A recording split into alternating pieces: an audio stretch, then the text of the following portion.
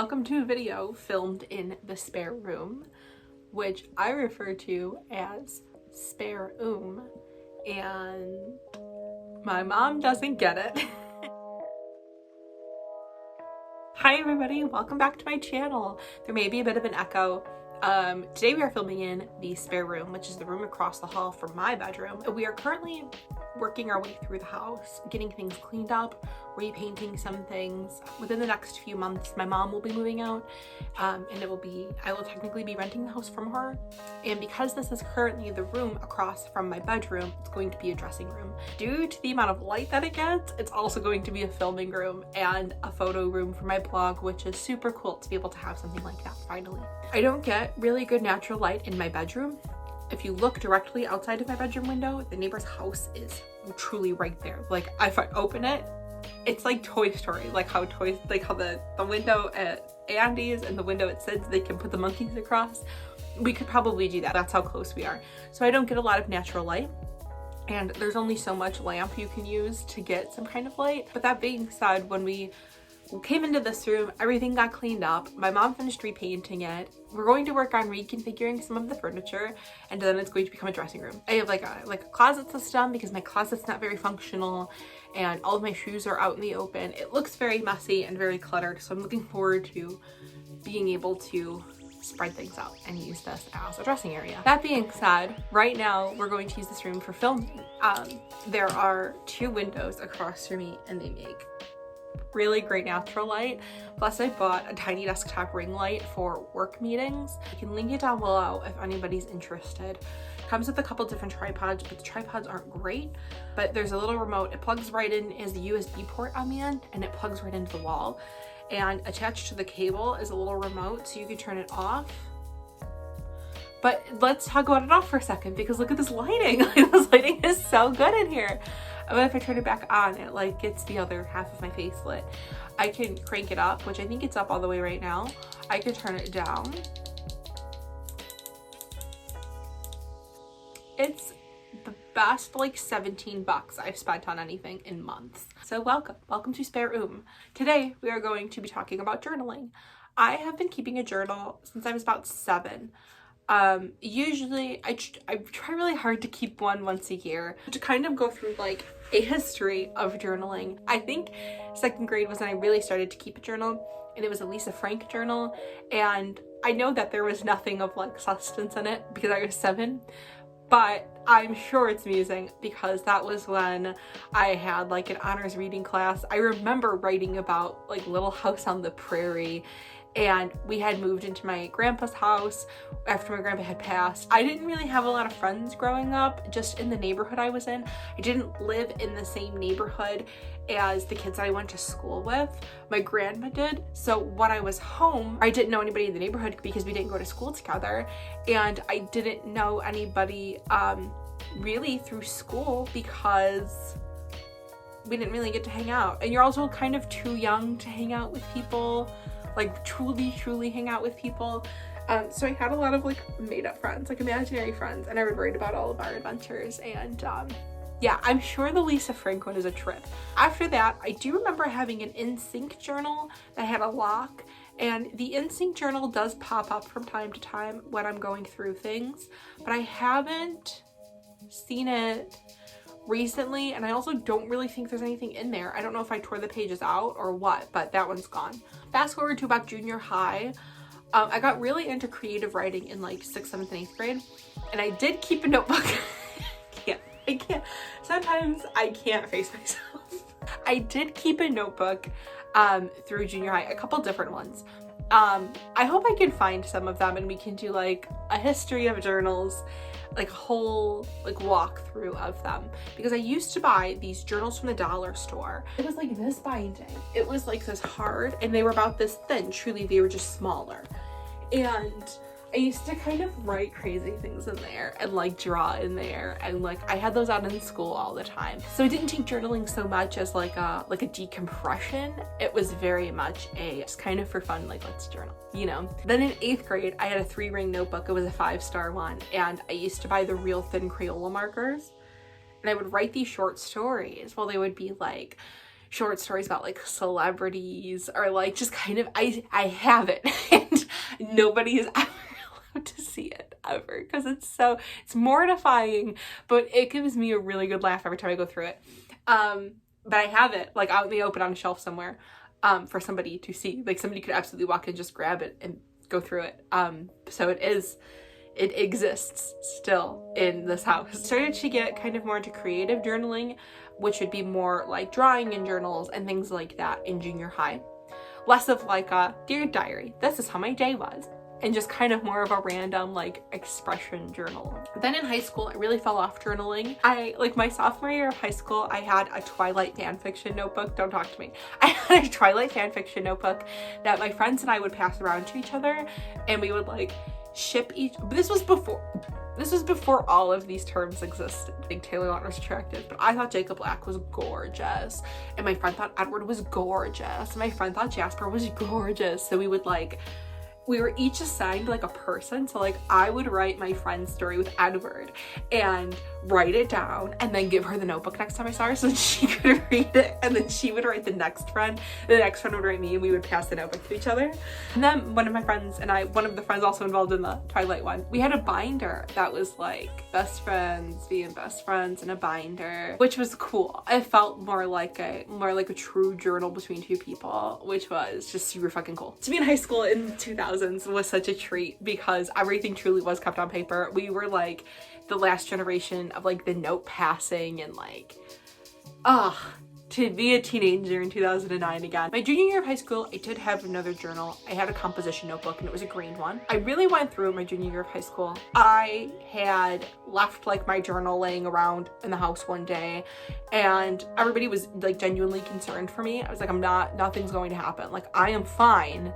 Everything just really sucks right now. And I wrote something in there, and when I picked it up the next day, there was like markings with red pen in it. Off put me from keeping a journal for a very, very, very, very, very long time. Like up until 2 years ago, and that happened in 2010, and it is 2021. So up until 2019, for 9 years, I just did not keep a journal in this house.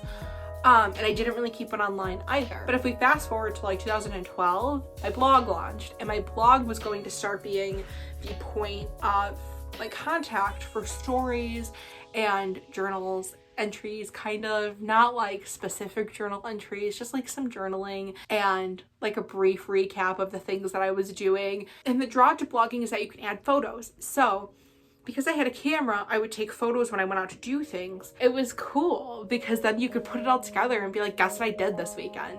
I've been kind of keeping my blog as that kind of journal because then everything started to turn digital. So then I could start adding like my Spotify playlist roundup and kind of all of these cool things like that, and add a link to them and be like, wow, this is the music I was listening to in 2016. So my blog has kind of been my outlet for a couple of years, and I started like a series on my blog called Coffee Chat. And coffee chats are basically me finding like a relevant quote off of Pinterest of like, I'm going through that, something similar that can kind of relate to this quote, or like this quote touched me, or like these lyrics hit me, or like this is kind of relevant to what I'm going through right now.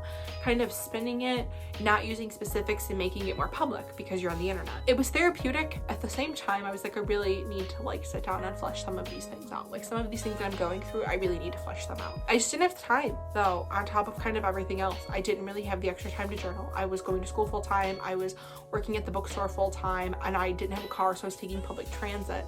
So all of that, plus like homework, and I was in the creative writing program. I got my master's in creative writing. On top of all of that, I was doing some kind of therapeutic, let my feelings out in some sort of writing form journaling, but it was done for class, and it was done in the form of poetry or creative nonfiction or fiction. It wasn't until 2019 I started journaling again. Here I have my journals that I have used through the past couple of years. This was my journal from that year. I love that papers and stuff are sticking out of it.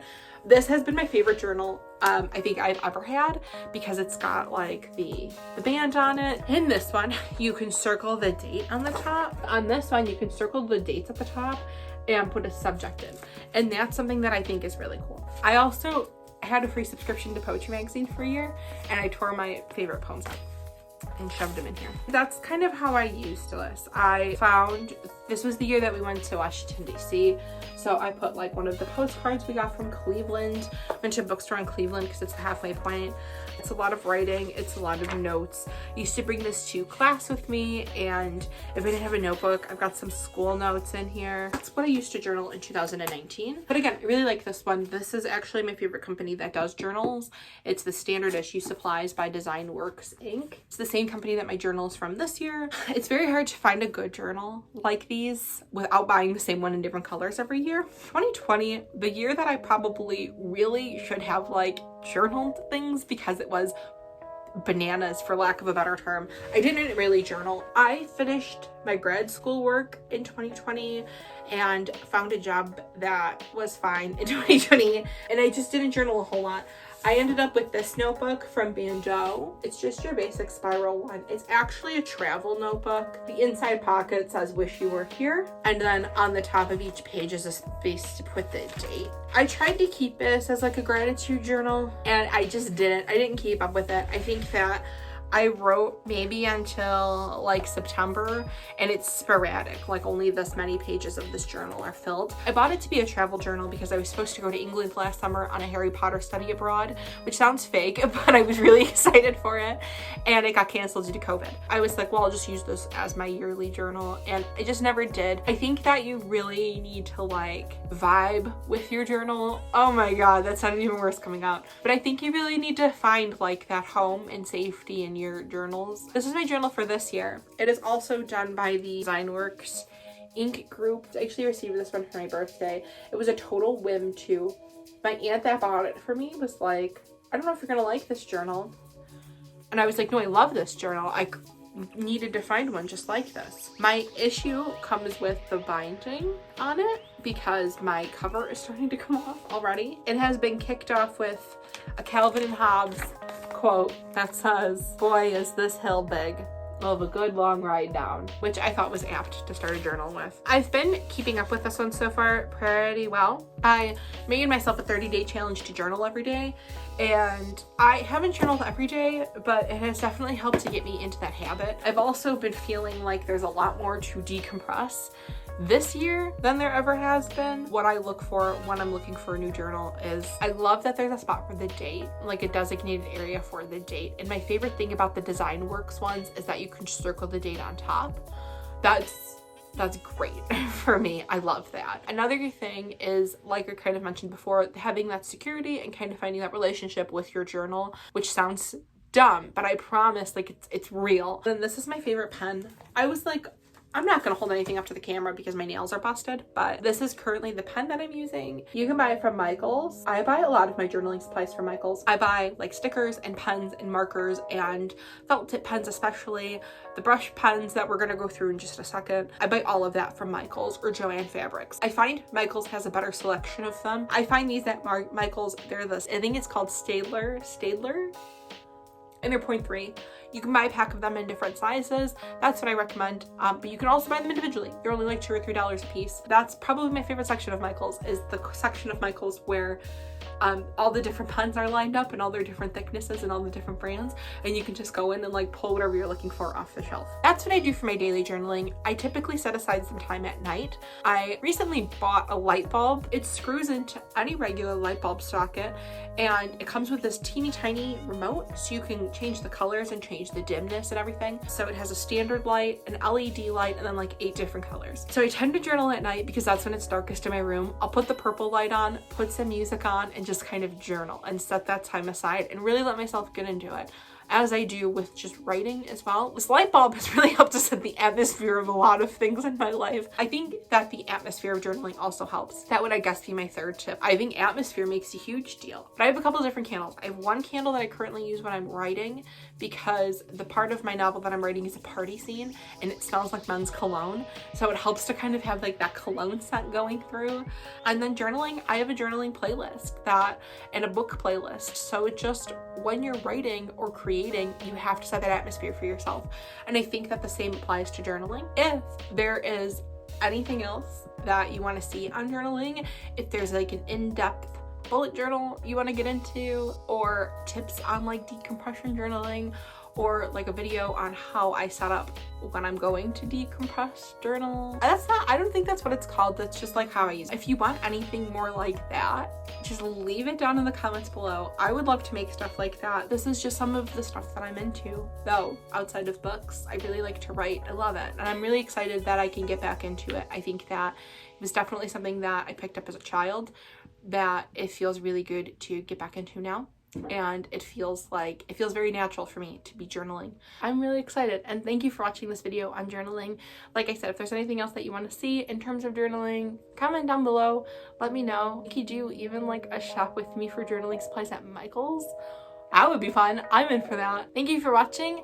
I will see you in my next video. Bye!